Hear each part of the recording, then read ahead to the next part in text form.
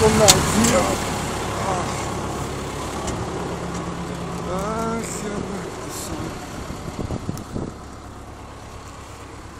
Σπέρνουμε το σιτάρι με σκατά έδαφος.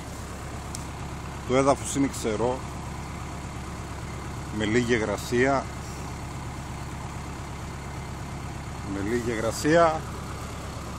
Και εδώ είναι ο σπορέας. You know, this is the σπορέας.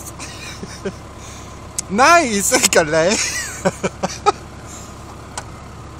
Τα γρανάζια το είναι φαγωμένα, αλλά όσα κιλάκι να τον βάλεις, ρίχνει κανονικά. Δεν χάνει δηλαδή.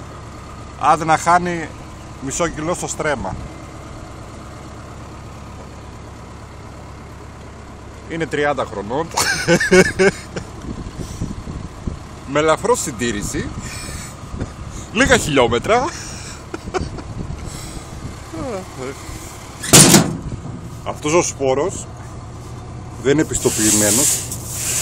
Απλά το ρίχνουμε εδώ πέρα στην αμμούδα για να κάνουμε μια δοκιμή φέτος. Από εδώ πέφτει, πάει κάτω, τα δισκάκια κάνουν το χώμα και από πίσω η αλυσίδα το παραχώνει. Και βλέπουμε να μαζεύονται πουλιά να φάνε το σιτάρι. Γαμώ τα κολόπουλα. Ούστα. Το σιτάρι.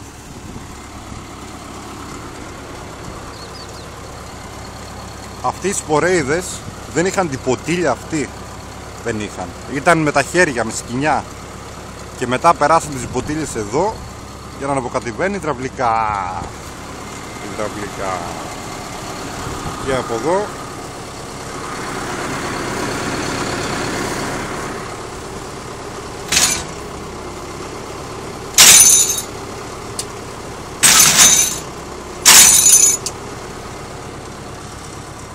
και έτσι σπέρνουμε το σιτάρι. Το σιτάρι. Και άμα δεν βρέξει, τη μαμίσαμε. Άμα δεν βρέξει, την μαμίσαμε. Το σιτάρι.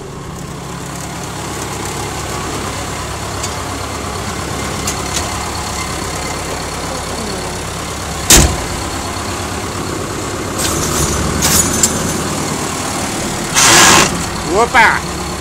Έλα, δώσε! Και τώρα σπέρνει...